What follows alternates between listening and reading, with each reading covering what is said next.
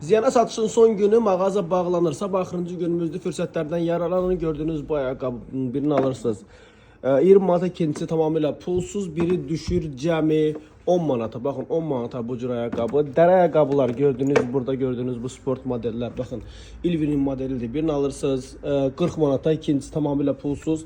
Biri düşür cəmi 20 manata. Yalnız bunlar değil. Baxın burada klasik modellerimiz var bizim. Cristabel'in klasik modelləridir. Birini alırsınız 50 manata, ikincisi tamamıyla pulsuz, bir düşür cəmi 25 manata.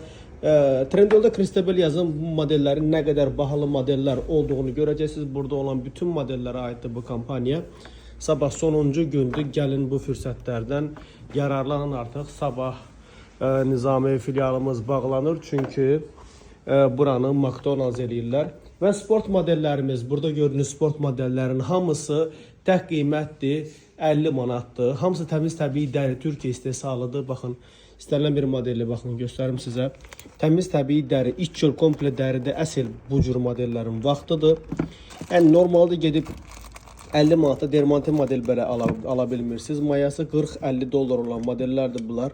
Gəlin 50 manata modelleri götürün. Bu çok qəşəng bir modeldir. Yəni 50 manat mayasından, yani hardasa bir 35-40 manat aşağı veririk biz bunu size. Bakın iç yıl komple dəridir. İçliği ne kadar dəridir. Burada gördüğünüz bütün modeller ve Türkiye'nin müxtəlif firmalarıdır. Bakın Elle'dir. Elle'dir. Bu da Elle'dir. Bunlar hamısı Elle firmasınındır. Ilvi'dir.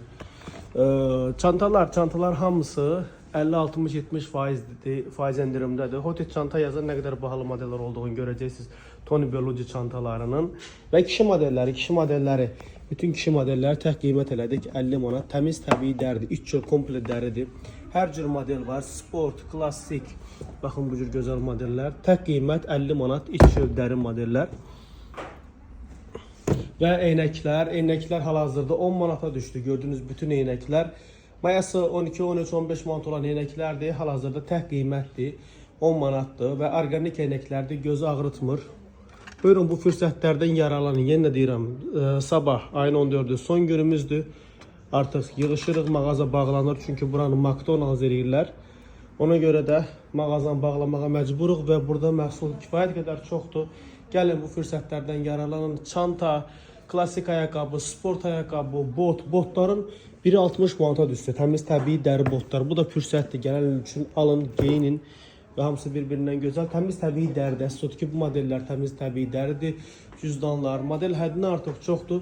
Buyurun gəlin və bu fürsətlərdən yararlanın.